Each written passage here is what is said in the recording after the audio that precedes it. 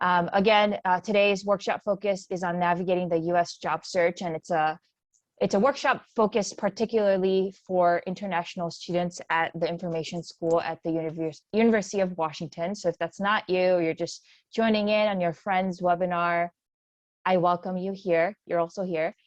Awesome. And if you read the promo or the description for today's workshop, this is what you should expect.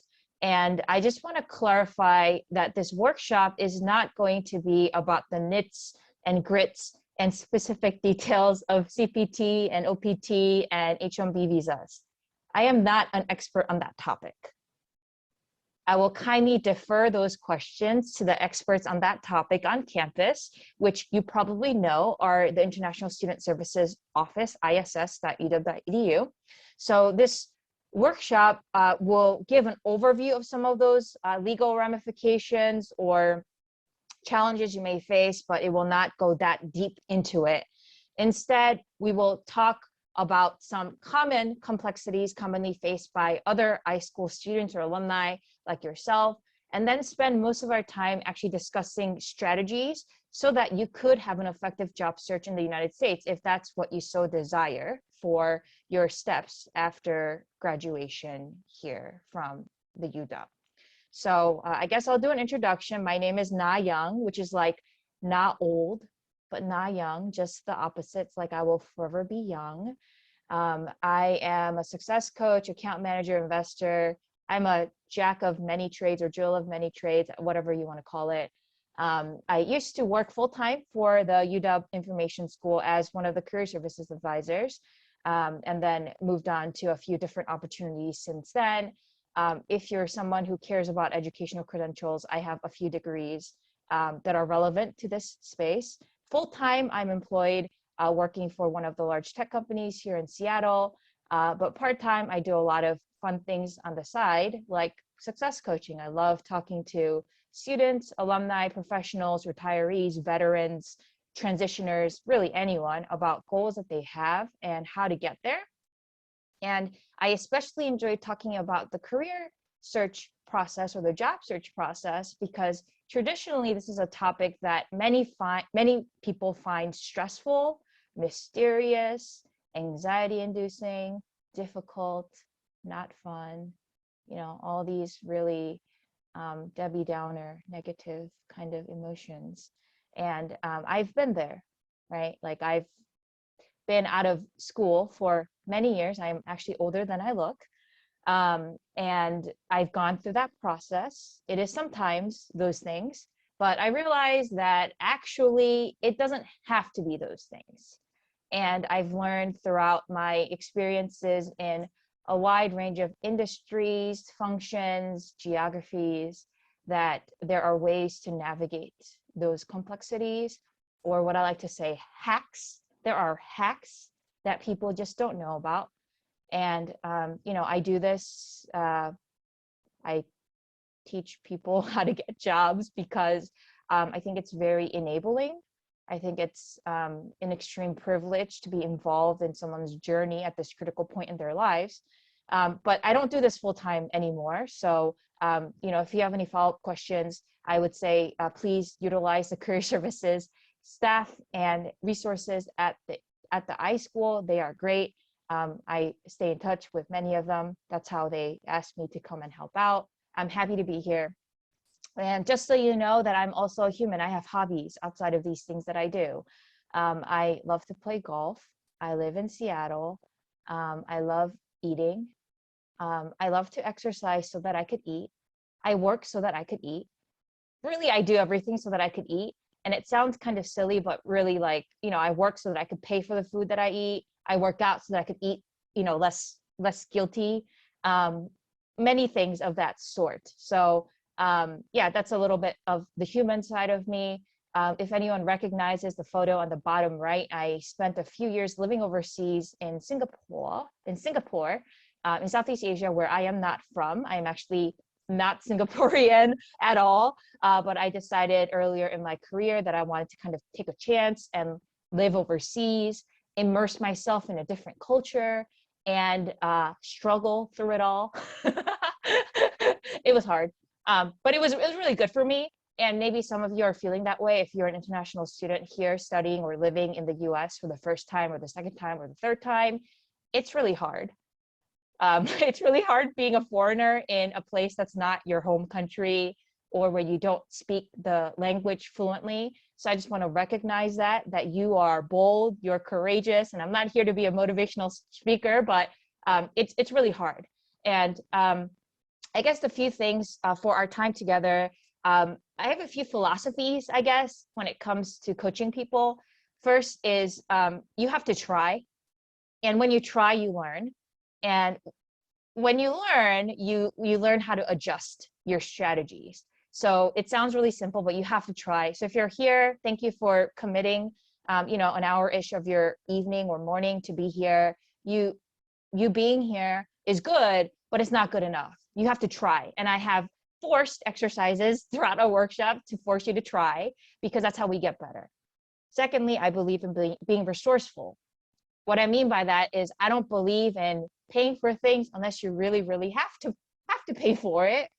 Another way to say this is, as an iSchool student, career services are built in to your experience. Another way to say that is your tuition pays for career services resources. So it's good that you're here because you're paying for this. And I encourage you to leverage every resource that's available to you as an iSchool student, because you're paying for it. And I know that most of your degrees are not very cheap. You're making an investment in your future. So I encourage you to be resourceful. And lastly, I will sometimes talk in metaphors, and you might think I'm like kidding, but I really am not. And I'll try to keep the metaphors focused on the topics. But I'll start by saying that I think job searching is a lot like dating. And I really mean that. And I think you could probably, if you have an imagination, you could probably fill in the holes of why I'm saying that. But, like looking for your first job after graduation is kind of like looking for your first boyfriend or girlfriend, or, like whoever you choose to date. Your first partner is your first partner, right? They may or may not be your forever partner, but like if you want to date, which you're welcome to if you wish to at any point in your life, right? Like you will have to try, you will have to experiment, you will have to see who's out there, you will have to learn, right? And you will learn a lot through that process. So, I say that partially to lighten things, but also because I know, sometimes job searching can seem like a very heavy topic, but if you've dated people or are interested in dating people, like it may seem like a more approachable topic. What you can expect for this workshop is you can expect for this workshop to be interactive. You can expect to practice, and you can expect eventually for your job search strategies to be effective. I cannot guarantee that this will be a magical hour where you will leave a changed person, right? This will not be an effortless guarantee. This will require effort, right? I will tell you some practical things you can try to make your job search effective, but you're not going to leave this hour with a job in your hand. You're going to leave this hour with some tools under your belt that you will practice and use after this session. And if you need help afterwards in applying it, I'll tell you where to get that help, okay? Secondly, I just want to explain that my philosophy to the job search is that it needs to be an iterative process. And if you're in the iSchool, you probably have heard of that phrase before. You have to try. And if it doesn't work, then adjust and try again. You cannot give up too early, and you cannot keep trying 30 times the same way if it's not working, right? So that's my philosophy on the job search.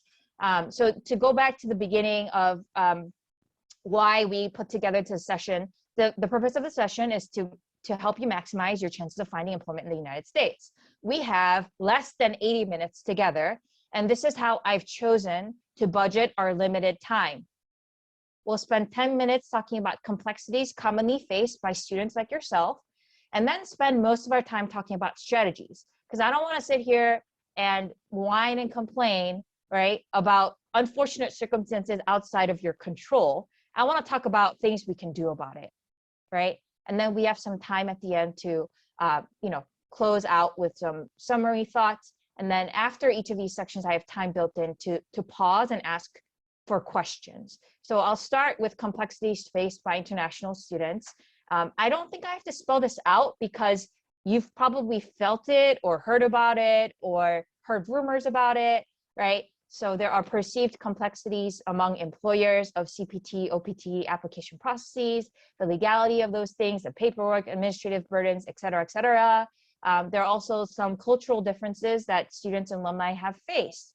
If you did not grow up in the United States and you're trying to acclimate into working a 40 to 80-hour job in a completely different culture, you will face some culture shock. Just like when you first stepped onto, SeaTac airport, you might have wondered X, Y, or Z, right? Thirdly, there are some communication gaps that I have noted from past conversations with students and alumni of misunderstandings that they've gone through with employers. So I'll help, fill in those things as well. And then, maybe there are other themes that you've heard from alumni or fellow students as well. If I missed anything, I encourage you to type it to everyone in the chat. Of course, we won't think too deeply about the things you say as like you haven't experienced it yourself, but just general consensus kind of complexities, challenges, concerns that you might have felt as an international student looking for jobs in the United States. I'll give it 3 seconds of awkward silence for anyone to finish typing, and if not, I'll move on to the next slide. All right, I'm moving on to the next slide. I'm going to infer that means either you're shy, you're not engaged, or I just covered the major complexities that you've heard about. I started this by talking about complexities faced by international students, but actually a lot of the complexities that you may have heard about are just complexities faced by students, period. It's not necessarily for international students. I want to cover those too. So first of all, job searching is like a freaking 3-credit, 4-credit course, in my opinion. It's a very time-intensive process, except you don't get any academic credit for it. You don't get paid for it. It takes a big toll on your health, on your time, etc. And it's really hard because quality applications require time and effort. To write quality applications, it requires deep research and honesty for you to identify what you're interested in, why you're interested in it, and how to communicate that you're interested in it. The process of research or applying helps us learn a lot about ourselves, but it's also hard to not take it personally. The self-awareness, I will say, is extremely key to this process because it helps you refine your focus. And I guess ultimately, what I want to encourage you to focus on is focus on quality over quantity, and think about what makes you uniquely qualified for a position when you're applying for it. I know that it might be hard to think of why you are the best candidate for a position when you're just a student, or it seems like many of your peers have similar resumes or backgrounds or interests as you. I'll expand on this a little further in the following slides. And then, second challenge of finding a job right now as a student is living through COVID. I thought about like how much I want to elaborate on this because it's kind of obvious that COVID-19 is impacting many people in this world. But I wanted to kind of show with data how COVID-19 has affected the job market, the labor market, and the prospects for people like you, highly skilled labor entering the US labor market. So the pace of hiring throughout the past almost 3 years of this weird period that we're living in is the pace of hiring has changed. I know in last year's recording, if any of you were watching that already, it said pace of hiring has slowed down. That is no longer the case. It has just changed. Here's how it has changed. This is from a Yahoo Finance article that was published this morning. based on data from the US Department of Labor. So when COVID first hit in early 2020, unemployment claims skyrocketed in the United States, right? A lot of people lost jobs. And then over time, it made some amends, right? So the labor market has shifted a lot throughout COVID. I think it has really made some jobs very much in demand, and some jobs have become a little more obsolete, right? So right now we're in January 2022. Unemployment claims right now are, pretty much at their lowest of lows in the past 2 years. So I would not be that concerned about whether there are many jobs on the market right now. Here are a few more data points from different sources. This is from the US Bureau of Labor Statistics. So this is government data, which I consider pretty reputable. You may have a different opinion, but this is from a report released last quarter, 2021, September. And these are the top 10 fastest growing occupations, excluding pandemic recovery. So you'll see a few occupations or titles here that many MSIM, Info, MLIS students end up pursuing among graduation. You can also see on the next slide more projection data from BLS about the projected percentage change by occupational groups. Of course, these are broad occupational groups and not necessarily indicative of the careers that you're interested in, but you could infer, you could pick one that maybe you're interested in and infer what that looks like. And then total employment from 2000 to 2030. So 2020, this line in the right side is where we are now. Of course, projection data is just projections, right? We'll have to see what it looks like, but projected data, it's looking good, right? Of the number of jobs that are available on the market. So living through COVID-19 part 2, pace of hiring has changed, but I would say the big thing to note about that is just be responsive, as in stay informed about things that are changing, right? Like I start my day every day with a few rhythms, one of which is I check Yahoo Finance to see what kind of interesting market news there are. That's how I stumbled across this data point to include in today's workshop, right? Second is, now that COVID has really dramatized the labor market, it has forced timelines to be a little bit different than what it has historically been. So what that means is it's very important for you to be responsive and to be flexible when you're interacting with employers, right? So for example, Amazon, which hires a lot of people in Seattle and many other parts of the world, Amazon has added many jobs throughout the pandemic of varying skill sets and functions and roles and departments, right? So I would say Amazon right now has more jobs open than it did pre-pandemic. Amazon is desperate for skilled workers right now, right? What that means is they've also adjusted their recruiting process to stay nimble and accommodate to these changing circumstances. Here's what I mean.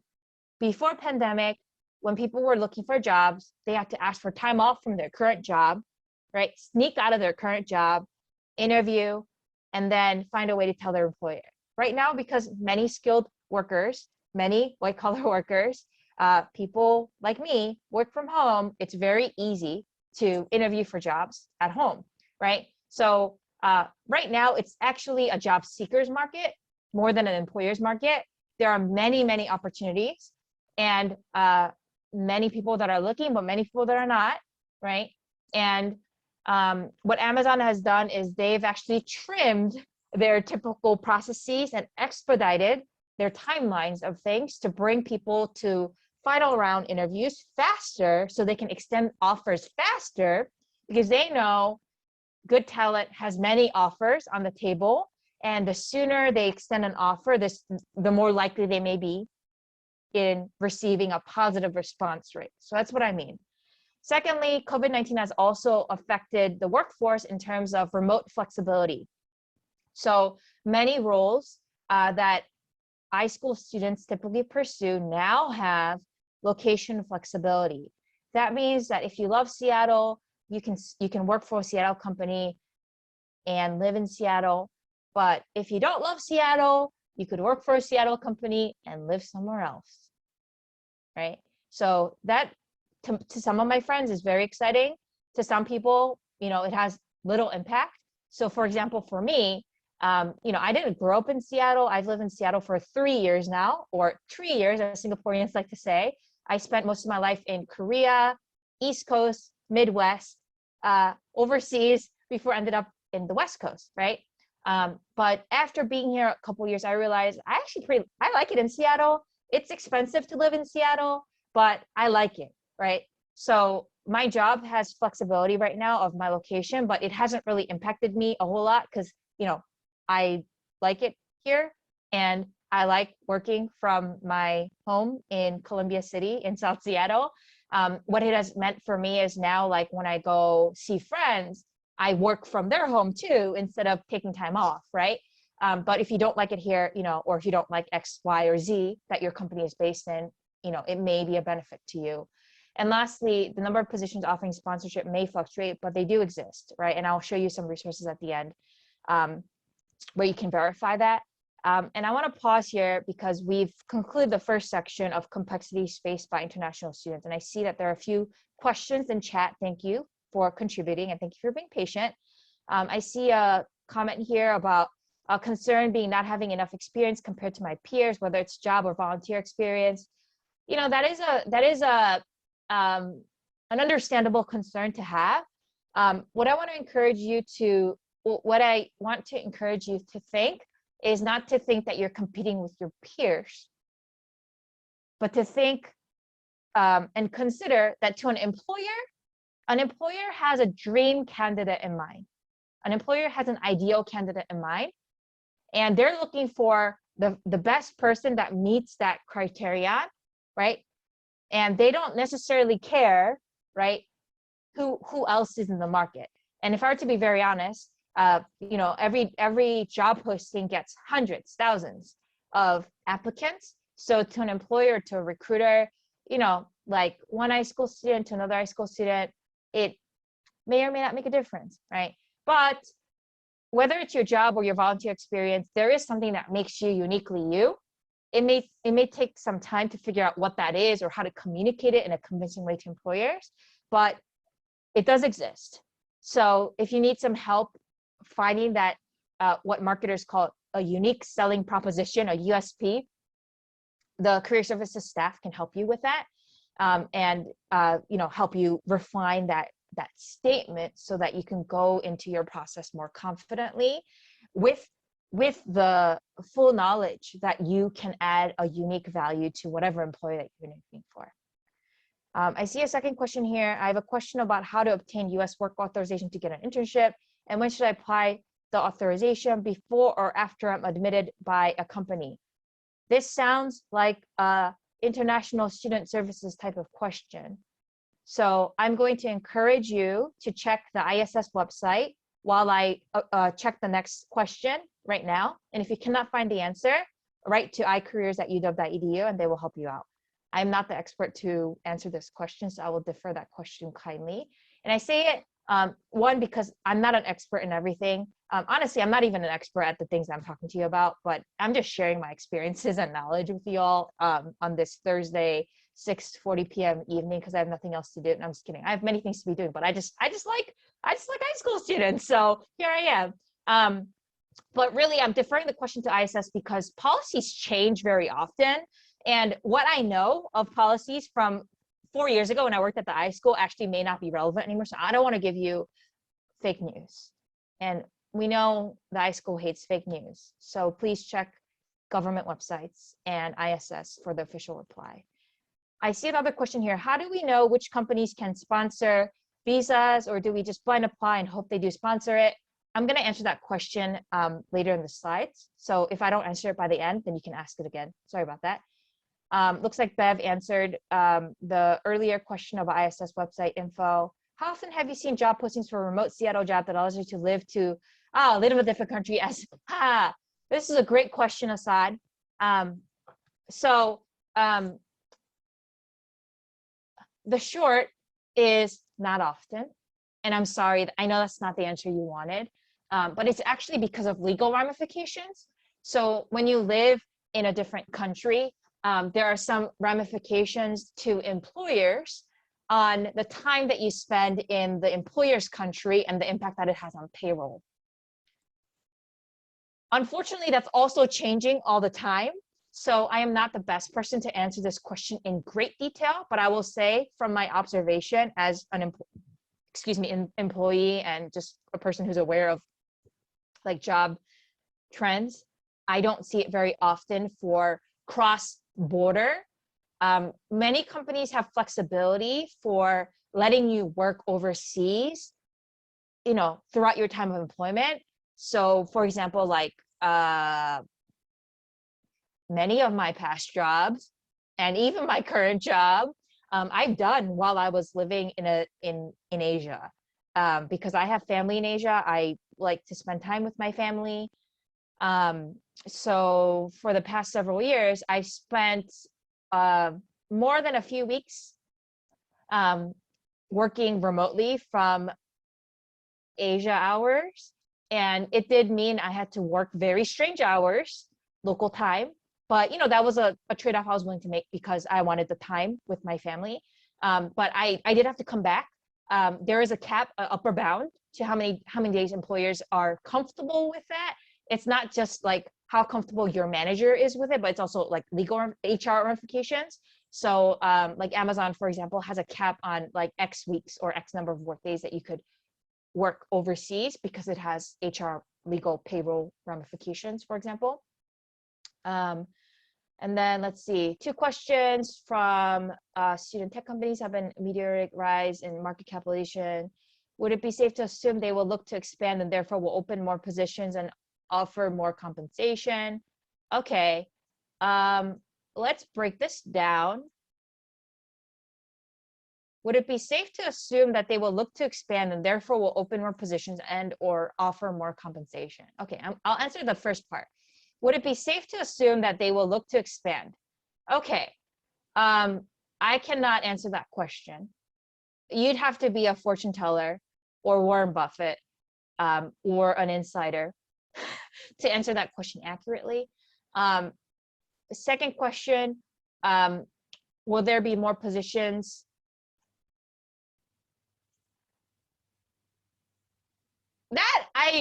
That I feel like I could comment on a personal level. So you know, this is not the opinion of the University of Washington. This is not the opinion of my employer full-time. This is Nayoung Won opinion in my personal and personal capacity. Do I think that tech companies whose market capitalization has been increasing will open more positions? It depends. I'm sorry that I had to give you that answer, but if any of you are interested in becoming a consultant, that's actually a very common response to give when you're a consultant. And it sounds like a joke, but it really depends. Okay, let me be more specific. Okay, like Apple, right? Sure, their market cap has been growing, right? Does that mean they will look to expand and open more positions? Maybe. Look at their history, okay? Look at their data. You look at the data and you tell me what you think. Does it mean they will offer more compensation? I don't know. Look at their data. How do you look at their data? There are sources you can find the data. I'll tell you about it in a few slides. The compensation thing, I would say what I can say is inflation is a thing, and many employers, they will adjust compensation and salary to minimally meet inflation. That's what many companies will do. So that's what I can say. They're not forced to do that, right? So of course, we know tech companies that have failed through COVID, right? We know tech companies that are very volatile through COVID, right? We know tech companies that every day we're speculating, where are they going to go public? Stripe, for example. Every day I'm checking the news. I'm like, well, when are they going to go public? But you know, like I am not I am not an expert on this topic, and these are just personal matters that I have opinions on. So I don't think you should take my answers too seriously. Second question, I have internship experience at a startup, but the startup is shut down. Employers no longer contactable. How would I navigate listing that as a credible experience? The skills you learned there are valuable, even if the startup is no longer in operation, right? So you should not be shy about describing the skills you learned there. If there are more nuances to the situation that you need help with, please contact icareers@uw.edu. Okay, I think we got through all the questions. I'll pause here before we transition to the next topic of strategies for an effective job search. Take a quick water break and see if anyone else has last questions before we move on. I know that some of you asked questions that I mentioned will be covered throughout, so I'm going to just get to it. So, strategies for an effective job search in the US. I've labeled most of these titles to the slides, the big bold one-liner, as action items. So if there's anything you pay attention to, that's what you should remember, and those are things you can try and do. First is you have to become a CPT OPT expert, right? And that means minimally attending a workshop by ISS, maybe all of the workshops attended by ISS. I would say you don't have to attend all of them offered the same quarter, but I would say every quarter you're a student, I would attend one because things change, okay? It's really important for you to become a CPT OPT expert because many employers are not CPT OPT experts. Larger organizations will know some things about CPT OPT, but the smaller an organization gets, the less likely it is that they have been informed or updated on the latest government updates. So you need to be an expert.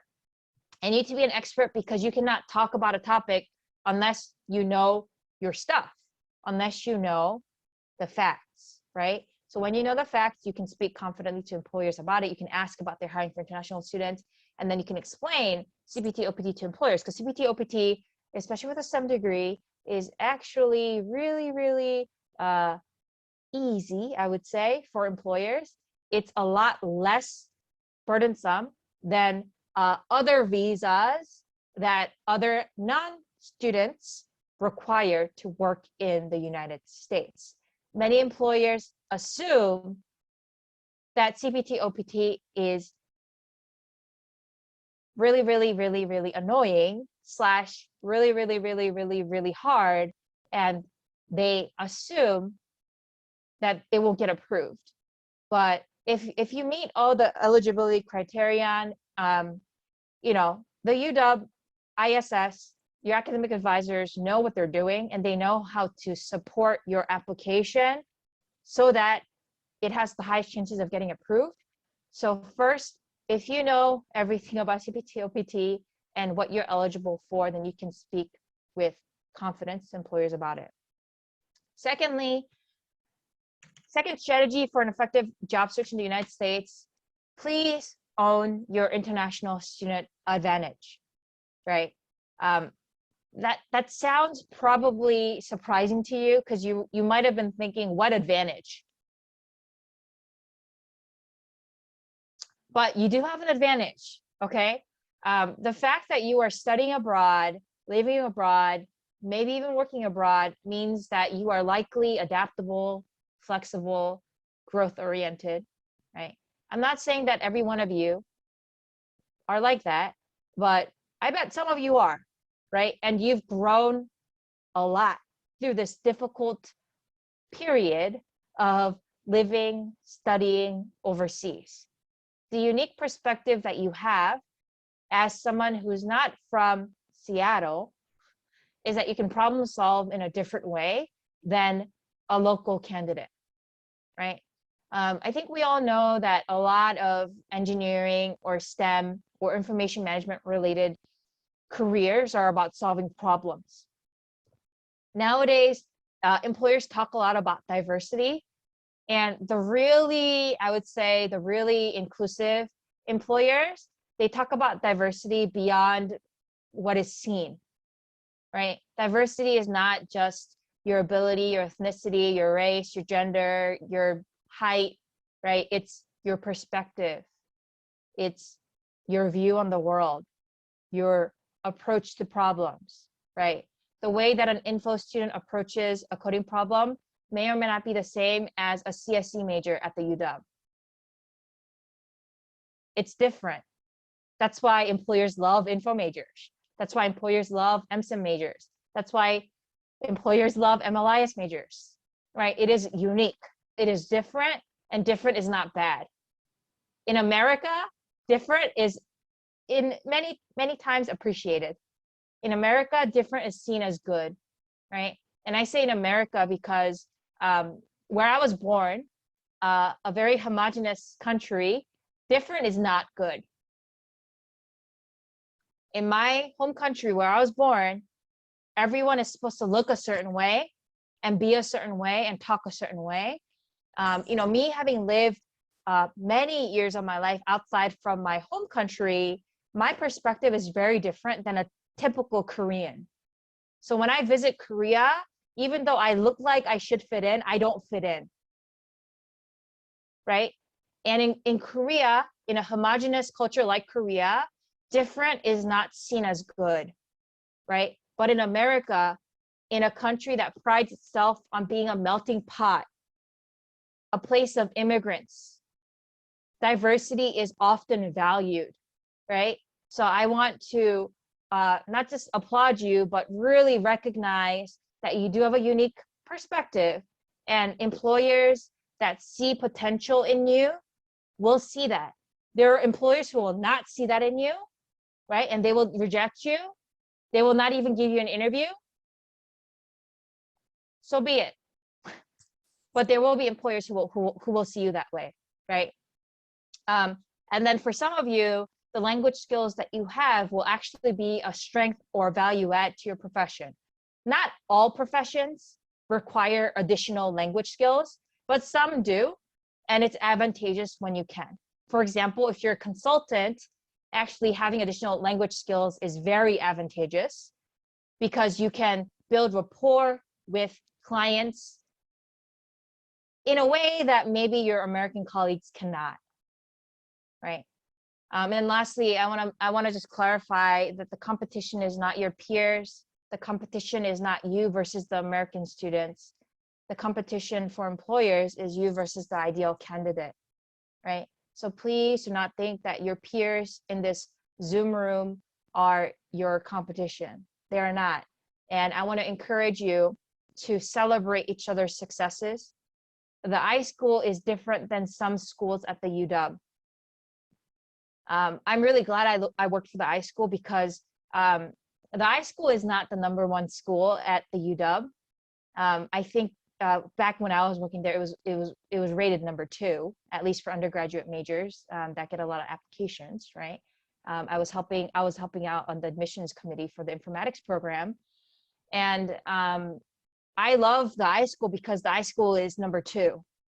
I love Korean Airlines and not Asiana Airlines because I love Asiana Airlines because Asiana Airlines is #2. Korean Airlines is #1, right? Like, so the iSchool, it may not be the other school across campus, right? But there are things that the iSchool does intentionally differently than CSC or HCI or, whatever other program that you thought about.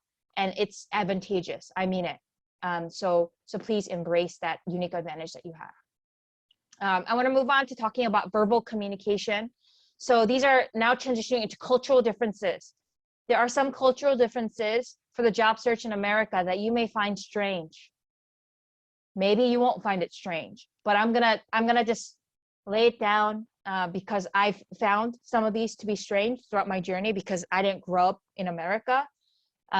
So you have to practice talking about yourself and your accomplishments, right? This will come up in your resume. It will come up in your interview process. If you say something like, my team analyzed this data set and developed this recommendation, the employer may say, that sounds great. What did you do?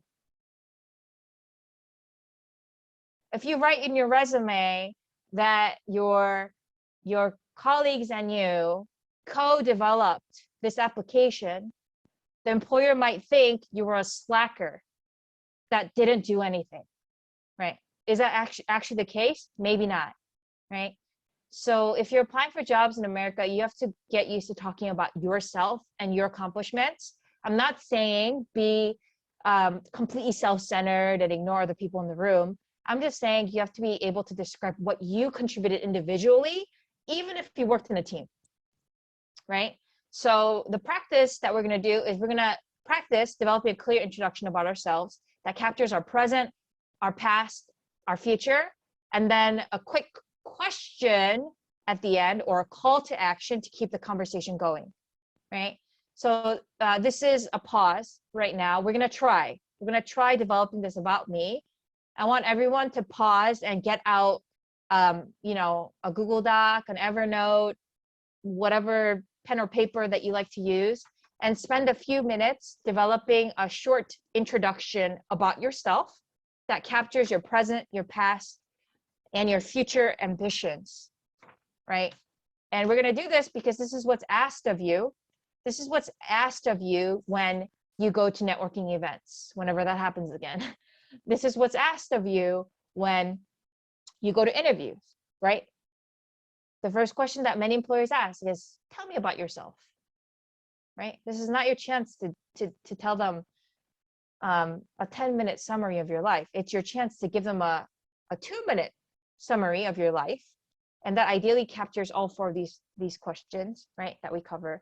So I'm going to give, let's say 3 minutes for people to take a pause for that.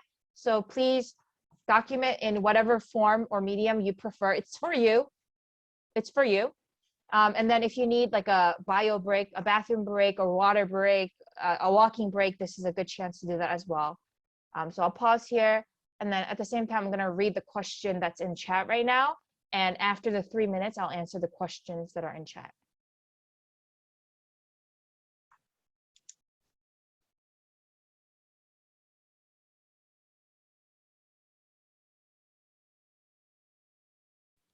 Just 1 more minute. Oh, just kidding. It just became 6:51. So it's officially been 3 minutes. We're going to get back together. I see a few questions in chat, so I'll start there. I see a question here about graduation requirements. It sounds like a question that might be more suitable for your academic advisor and or the iCareers team. So I'm going to skip on answering that in great detail. Bev just gave some good guidance on ways to develop your intro. So if you need a few more guiding questions on what to say in your present, past, or future, check chat for Bev's suggestions.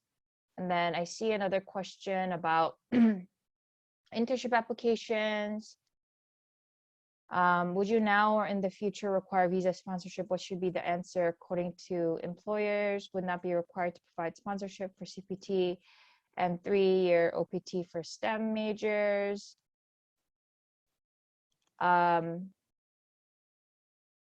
So this question is really tricky.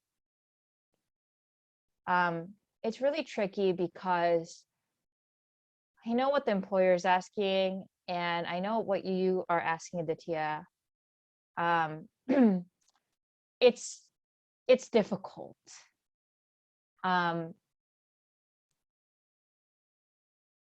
When it comes to legal matters, my personal philosophy is to play it safe. As in legal matters, especially in America, you want to be conservative in your approach and your answers for. So what I can say is when an employer asks that question, would you now or in the future require visa sponsorship? They mean now or in the future, right? So what they really want to know is, will you eventually need us to sponsor your visa, even if you don't need it now, right? So that's how you should answer the question. That's my opinion on the matter. Some people may disagree with what I just said, and plenty of students have answered the question differently based on their interpretation. So answer the question based on your interpretation. Employers will ask this question sometimes in the exact way you phrase and sometimes in a slightly different way, right? So if there's room for comments or clarification, I would try to clarify your situation with the CPT OPT situation. But other times employers will just see your drop down response and develop some generalizations about you. So that would be my suggestion for this topic. Does anyone have a about me that they'd like to share with us? I know it's this bold ask here. You barely know me, you barely know the people in this room. But if anyone wants feedback or just wants to practice, their 90-second about me pitch, now is a good chance to raise your hand. Whether it's typing it out in chat or unmuting yourself momentarily to do it. I'm gonna see if anyone wants to do that.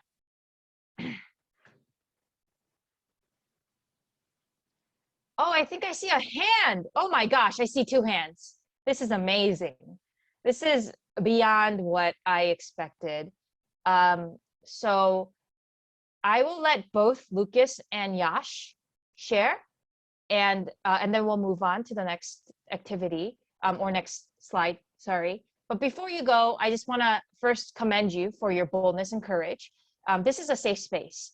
And I say that not to joke. I really mean it. Like, this is the best time to practice because you have 2 career services professionals on the line who have been trained to give feedback in non-judgmental, empathetic ways, right? We will not judge you regardless of how good or bad your response is. Secondly, your peers will learn a lot from you. So I commend you. I think I saw Lucas's hand first. So Lucas, if you want to unmute yourself and just give us a spiel of what you might share if you met someone that you were interested in learning from, or they were doing a job that you might be interested in. We'd love to hear from you. I think, I want to provide some context on the previous question. So I think, can I do that? And then I'll let Yash go and then I talk about the thing.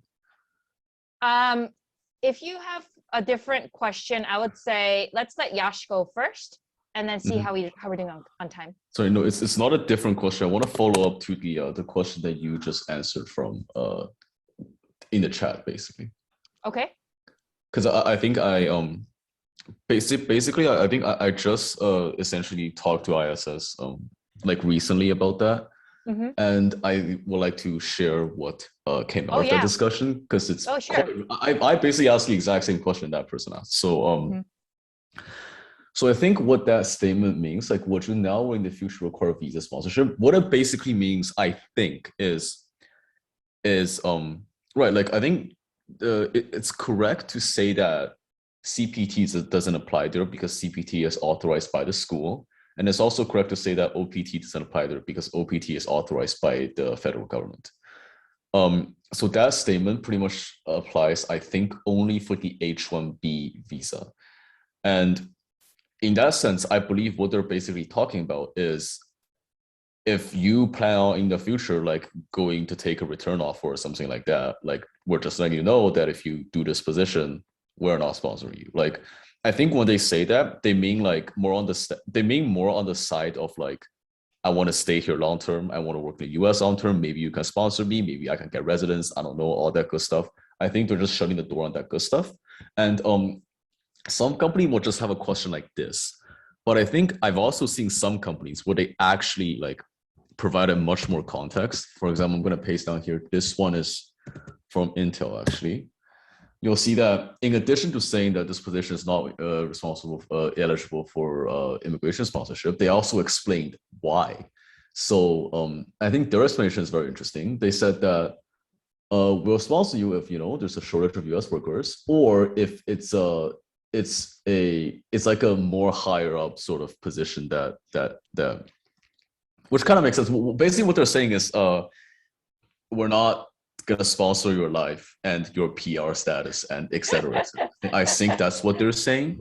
So I think because I talked to ISS and our consensus is if you see this statement for an internship, it's pretty much irrelevant because internship is always CPT.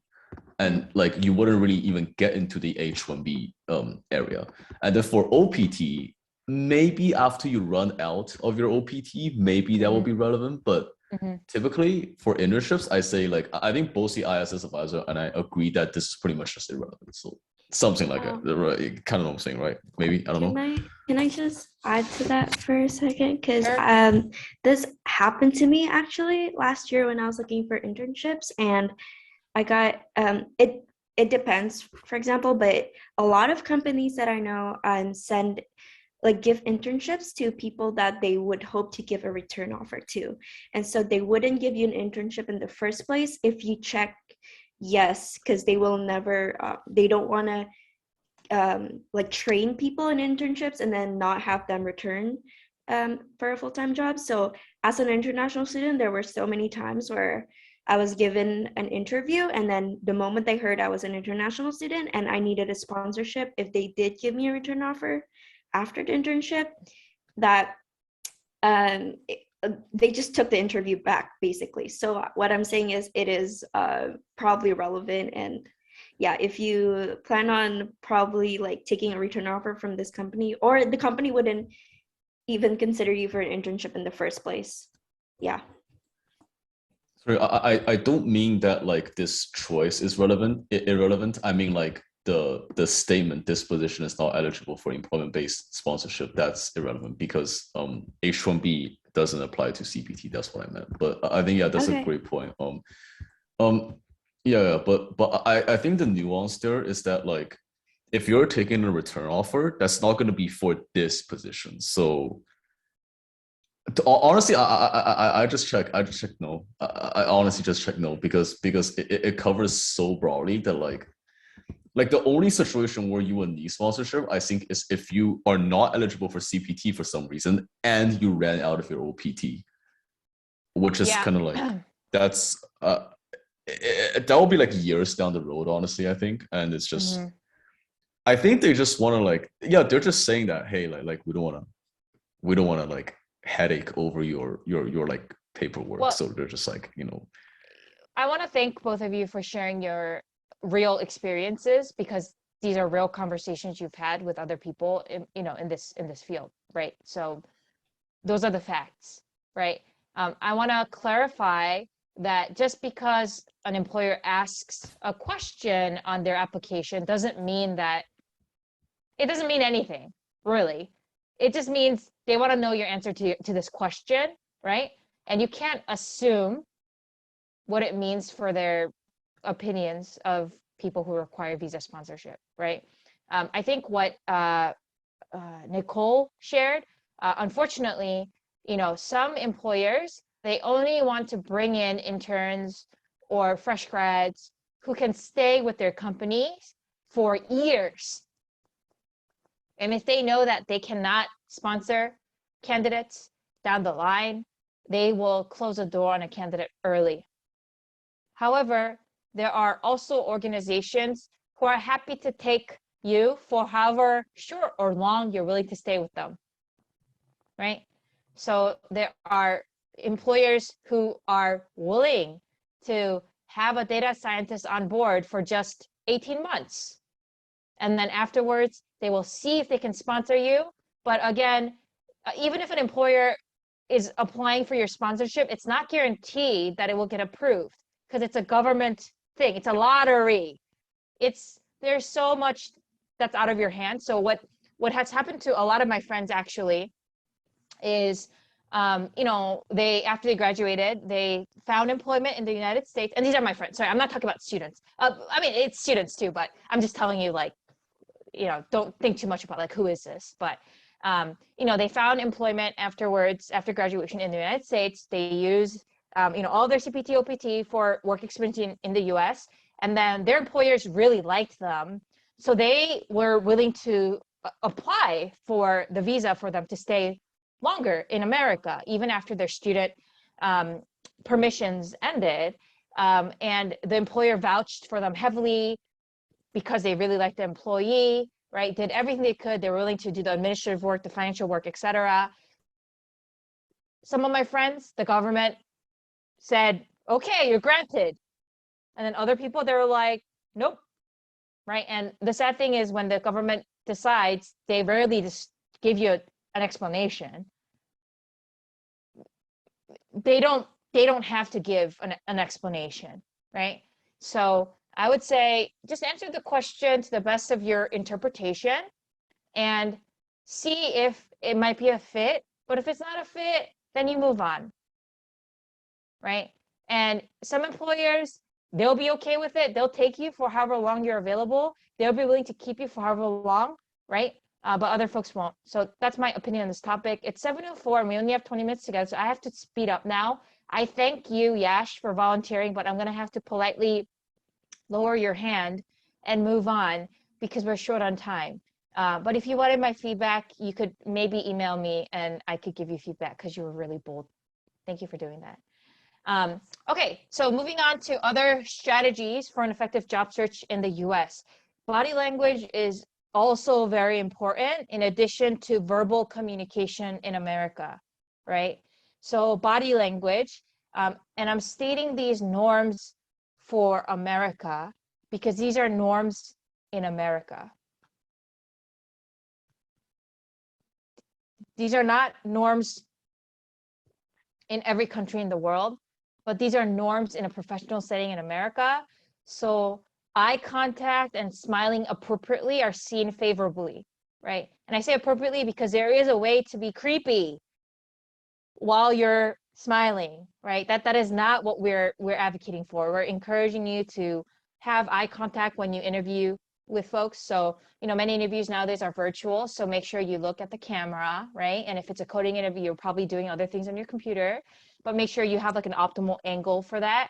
It would be very different if I spoke to you like this the whole time. You'd be like, what is wrong with her? Like, does she just not like me?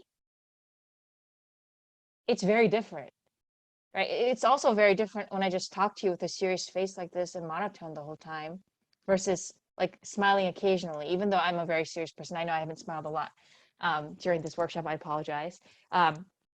Uncrossed arms indicate openness in American culture. So I do not recommend sitting in interviews like this. I know some people, they think well like this. It's not seen favorably in America in an interview setting because it's seen as you being closed or resistant or not liking the situation you're in, right? Pace of speech is also important. So make sure you're speaking at a speech where the other people can understand you, right? So not speaking too fast where they're getting lost in your words, but also not speaking like a sloth from Zootopia because interviewers are busy, right? Anyway, and then when in doubt in America, mirroring is actually quite influential. So if you're in an interview with someone and you're not sure if they like you, and you have the mental capacity to observe what they're doing, mirror what they're doing, right?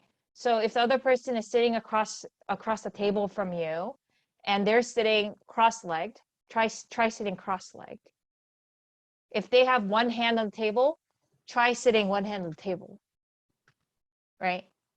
If they're smiling at you very appropriately, try smiling back at them, right? You can read a lot of psychology research about the impact of mirroring in social interactions. Generally, it has very positive influences. So I recommend that as well. Interacting in person, right? So one day we will get out of interacting just in a virtual world, and there will be some things you will have to take note. Oh shoot, I forgot. So in the next few slides, I have a few books where the things I'm describing are sourced from. So if you want to hear more or read the original data, this is where you should go. The Charisma Myth is a great book, easy read, good audiobook too, if you're interested in hearing more about Western perceptions of charisma. Charisma is actually a very vague topic, but Olivia Fox-Kebbing did some research on it, and charisma is extremely impactful for succeeding in the business world or the professional world. So if you have time, recommend it. Interacting in person. So a standard greeting in professional settings varies by culture or country. So in Singapore, where I worked, the standard greeting was actually exchanging a name card or business cards. It happens a lot in Asian work settings. And then, you know, in Korea, like we bow, right? Or we cheers with an alcoholic beverage. In America, oftentimes pre-pandemic, a handshake was the initial greeting. Business cards were rarely given unless, you know, you're like a real estate agent. Now with COVID, things are changing, of course. So I've seen like elbow bumps instead of a handshake because people don't want to touch each other's hands anymore. I've seen like waves, you know, like a head nod, right? So you just read the room and do what other people are doing, and then you'll be fine. I'll also say that in-person interactions require awareness and all five senses.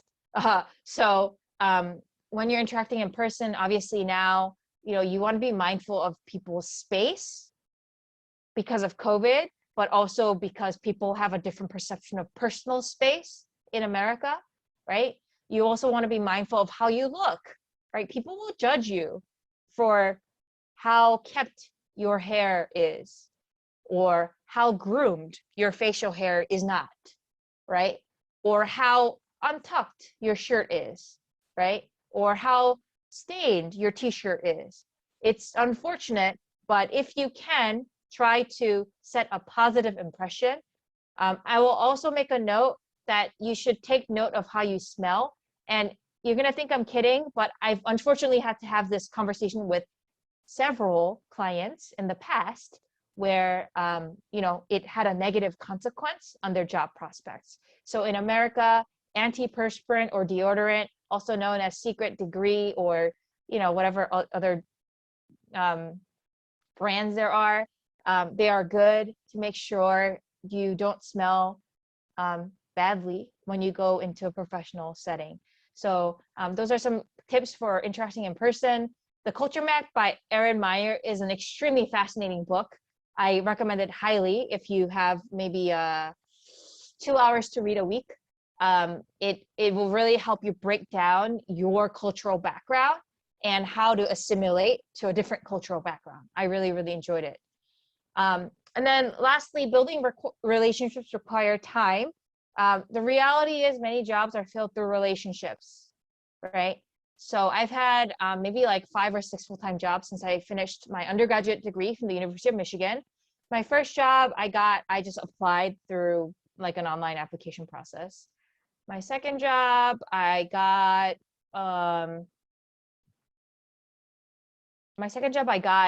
because I was working part-time for that school before they hired me full-time. The third job I just applied.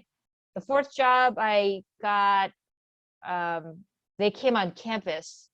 Carrot came on campus actually for UW for the iSchool, and then I like remembered them. So I wrote to them later saying like, hey, I remember you guys from campus. Like, are you guys hiring? My latest job, someone reached out to me on LinkedIn, right? So it's a mixed bag. But you know, many of my internships I got through people I reached out to, right? They were not like formal published things, but they saw potential in me. They were willing to give me a chance. Relationships are built through conversations. And the goal through these conversations is not to ask for a job or internship, but to ask about things you want to learn, right? So this slide, some people will call networking. I don't really like that word because people have different understandings of what networking is, but networking is just relationship building. And if you're scared of networking, this book, Never Eat Alone, is actually a really fantastic book. It will lower the bar for you of what networking is. I never eat alone, unless I'm like really drained, then I eat alone. But you know, like Okay, we're running out of time. I can't tell you a story anymore. Moving on. Initiating a new relationship. So, sometimes you don't have any connections, but you want to introduce yourself to someone that you want to learn from, right? So, writing an email to them is very impactful to do that. And when you write an email, it doesn't have to be that long. It doesn't have to be that fancy. It just has to be clear, concise, and to the point.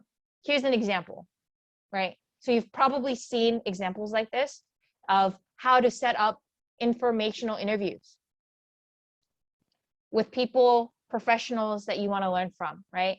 The activity was going to be for everyone to take a few minutes to draft a brief message that you could actually send to someone that you want to learn from. But we're out of time, so I'm going to trust that those who are motivated will do it in their own time. After you draft this kind of message, like the one that is on this right side of the page, you have to proofread it. Proofread it at least 2 times, ideally 4 times, and then ship it, right? Send it. So send it to anyone you know who you admire or will learn from, and ask for 20 minutes of their time to learn from their experiences. You will learn so much. I've done so many of these when I was a student, when I was transitioning careers, just for fun, like now I'm not really looking for a new job right now, so I'm not doing this actively, but whenever I go to a social event, I'm just essentially doing this. So I'm pretty involved with like the food critiquing community in Seattle. You can find me on Yelp if you're into that stuff, but whenever I go to a Yelp Elite event, right, I don't sit alone. I am there for the free food, but I go there and I see if I can meet someone interesting. And I do, right? So I just deploy everything I explained to you all in social settings, and then sometimes learn something new. Sometimes meet people I want to keep in touch with. Sometimes I don't, but like low stakes. You just try. Okay, and then I want to also talk about strengthening existing relationships. So, all of you have relationships already. All of you minimally have a mother and a father because they brought you into this world, and maybe you even have siblings or friends, hopefully, right? So you could do this not just with new people, but you could do this with people you already know, right? So one of my favorite things to do is I love going on LinkedIn and seeing what other people are up to. I love celebrating other people's job transitions, right?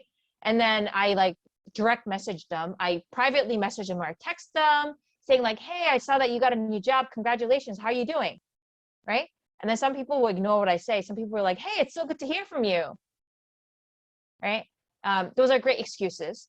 You can also text people, email people, right? So for example, right now I'm planning a wedding, and I initially didn't intend to invite a lot of people, but I realized actually this is a great excuse to get in touch with people I haven't talked to in a long time, right? Like my favorite professor from the University of Michigan, I haven't talked to him for a couple of years, but I was like, hey, this is a great excuse to invite him for my wedding. So I reached out to him saying like, hey, what's your address? And then he was like, hey, how you doing? And I was like, oh, I'm doing great, X, Y, and Z.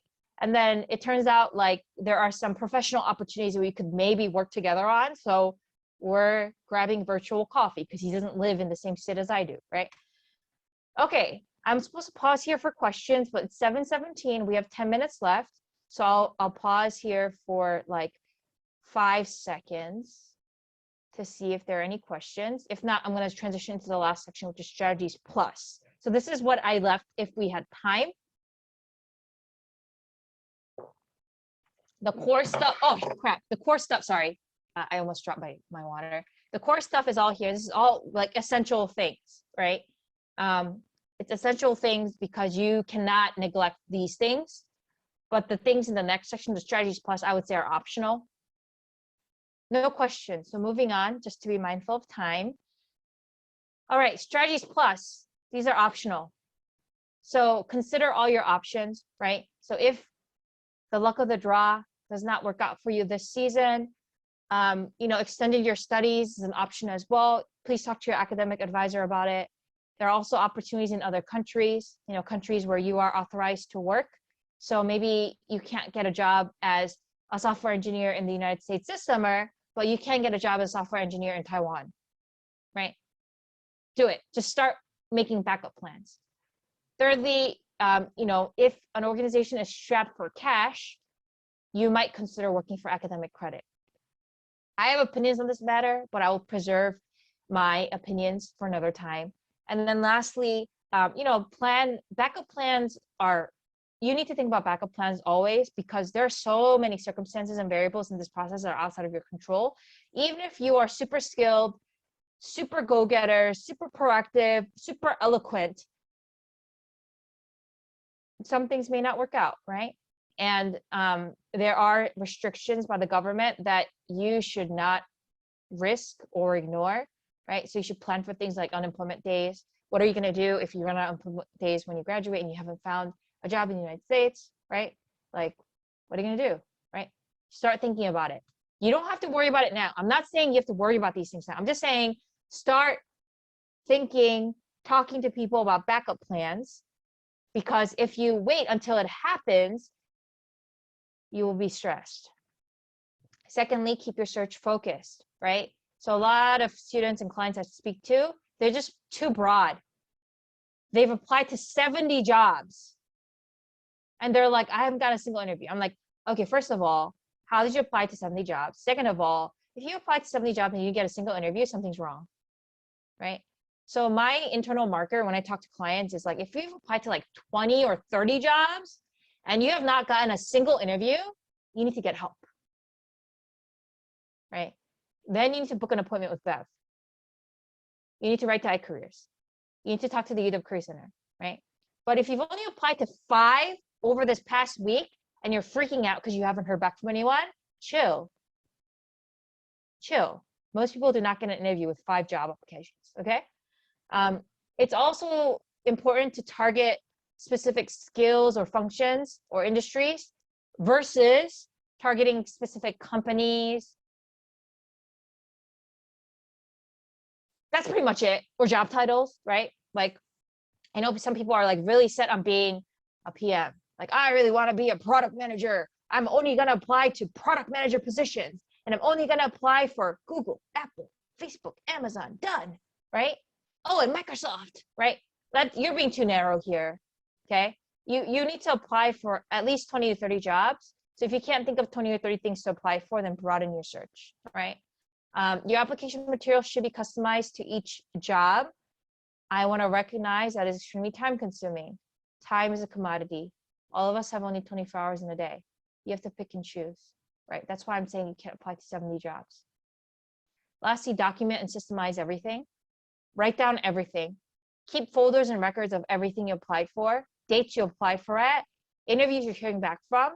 Find patterns, right? If you apply for 30 and got interviewed for 2, track how far you get to the interview process and then where you fall out or where you succeed, right? And learn from that process. I know I can't expand on that specifically right now because of the time, but if you need specific guidance on that, the career services staff can help you with your specific situation.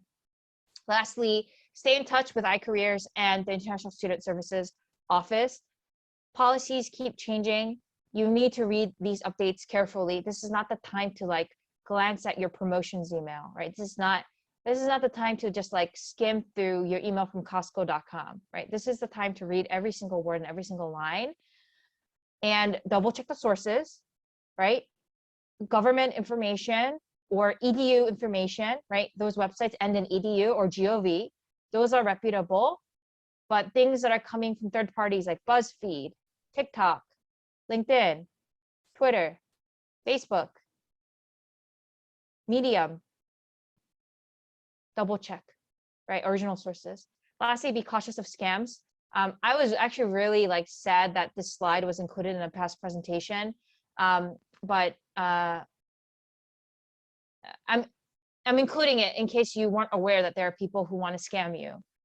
There are a lot of mean people in this world that want to exploit people who are less informed, right?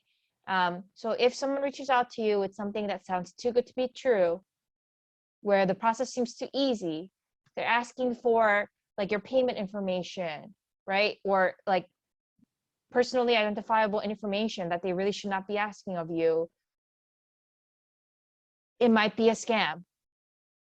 If you're not sure, then get some opinions from people who know, right? Get some opinions from iCareers, get some opinions from academic advisors. Maybe ask your friend, but don't rely on your friend to be right, right?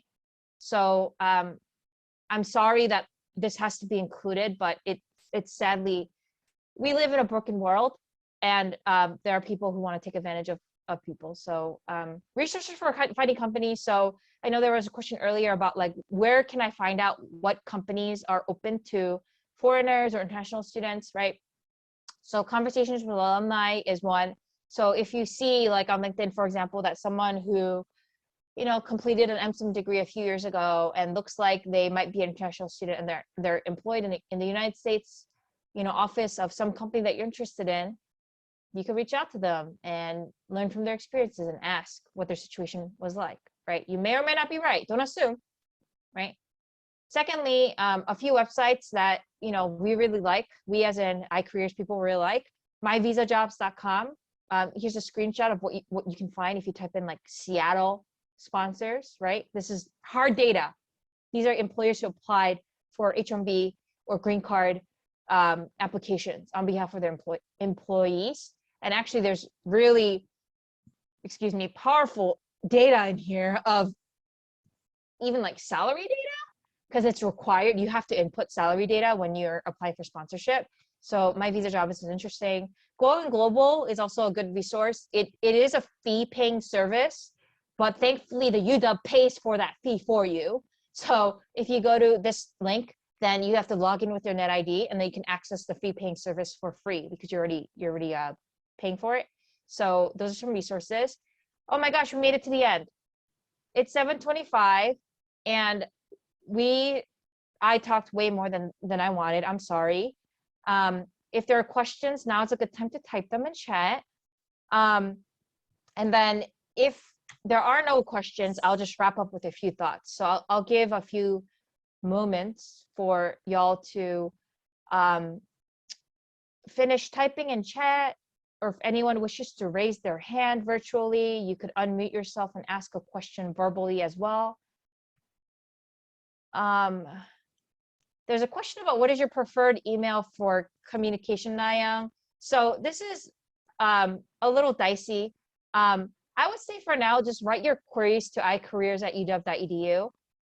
As you may not know, I don't work full-time for iCareers anymore, but if you write to iCareers, then it will get to me, right? Like Bev will forward it to me if it really needs my attention. But you know, there are really excellent student services staff at the iSchool. I mean it. You know, there are people I used to work with, and some people I didn't work with, right? Some people left and moved on to other things, but it's really a fantastic team. Your faculty, your lecturers are also really fantastic. I learn so much from the professors, associate professors, assistant professors that I worked with before at the iSchool as well. We have 3 minutes left, so I'm gonna wrap up with a few closing thoughts. So I did want to take a moment for y'all to reflect on what did you learn, how will you apply it, and what questions, if any, do you still have, right? These are kind of self-reflection questions that I think, because you've spent 90 minutes of your precious time, I think are worthy of pausing for 30 seconds to think about. If you wish to share your responses to any of these with me, the bit.ly link on the right side, bit.ly/KOKKI0113 will take you to a Google form where you can tell me. I get those responses, right? There are these 3 questions on that form, as well as a few optional questions at the end. It could be anonymous, or you could leave your email. If you want to reply, leave your email from me. Also, if you want slides for this, I'm sure Bev will post the recording in due time at the usual place. But if you want the slides like now, like you are so on fire, like you want to get to this now, if you go to that bit.ly link and fulfill it, and you submit the form, it'll actually give you a link to download my slides right now. So that's just a short-term solution. If you're like super, like, let's go, right? Like, let's spend this Thursday evening pumping out this intro email, right? Like, you know, that's your way to do it. Other resources, there are a lot of really great online resources on the iSchool website, on Canvas pages, FAQs. You can send quick questions to icareers@uw.edu. Bev takes one-on-one appointments. I don't know Bev super well, but I'm pretty sure that they're great. If not, the iSchool would not have hired them. So you know, if you want more customized input on your situation, meeting with a career advisor is a great way to do that. And then there's also a few more workshops that I'm helping deliver this quarter, one on virtual interviewing and one on negotiation and decision making. I want to acknowledge that negotiation is an extremely complex topic that most students know nothing about. And it's extremely uncomfortable for students who are not from America. So I encourage you to learn about the negotiation one if you'd like. But as always, there's resources online. If you don't want to come to these live, if you don't want to listen to me blabber, you could read resources online, right? You can read it in your due time. You don't have to wait for these things, right? So that's the bit.ly link again. If you want to give me feedback, or if you have a question that you want me to write to you via email about, I could do that. But I think we are 30 seconds away from the scheduled time. So thank you all for spending your evening or your morning with me. It was so fun to talk about this with you all and prepare this deck. You'll probably think I'm a weirdo, but I really think the career search process is a fun process. Going back to what I shared earlier, you know, dating is sometimes fun and sometimes it hurts, right? Like sometimes you meet awesome people and sometimes you meet really bad people when you're dating. And it's just like that when you're applying for jobs. Sometimes you meet awesome employers and sometimes you meet nasty employers. And what I want to leave with is I want you to know that it's a two-way process. Even though it may not feel like it, even though it may feel like you're desperate for any job, no, it's a two-way process. You have choice, right? You need not settle. And right now, if you have 0 offers, you're actually in the majority of students at the iSchool. Most iSchool students, if you check our data, our survey data from the past, get their offers between March and May. Most students get their offers for internships and jobs between March and May. I know it may feel like you're the only one who doesn't have an offer right now. You are not the only one. The majority of students right now do not have an offer, right? So please do not feel like you're behind. You're not behind, right? You do need to do some work, right, to reach your goals, just like anything in life. But you're not behind. You have great resources. I trust you. I trust the resources that are backing you. So please go in confidence. And I would actually encourage you to enjoy your evening if it's evening where you are. Like, just chill, right? Like, if you've been applying for things all week, please just take a moment to breathe, take care of your body, eat a nice meal, exercise, go for a run, watch Squid Games. That's what I'm doing tonight after this workshop. I'm going to eat dinner and I'm going to watch the last episode of Squid Games, right? And see who wins this game, right? Self-care is really, really important. And I know that's really hard in these times. So please do not neglect your health, because if you're not healthy, you cannot work. So thank you all so much for your time today. It was great to meet you all virtually, and hopefully I'll see you at a future workshop. Bye-bye.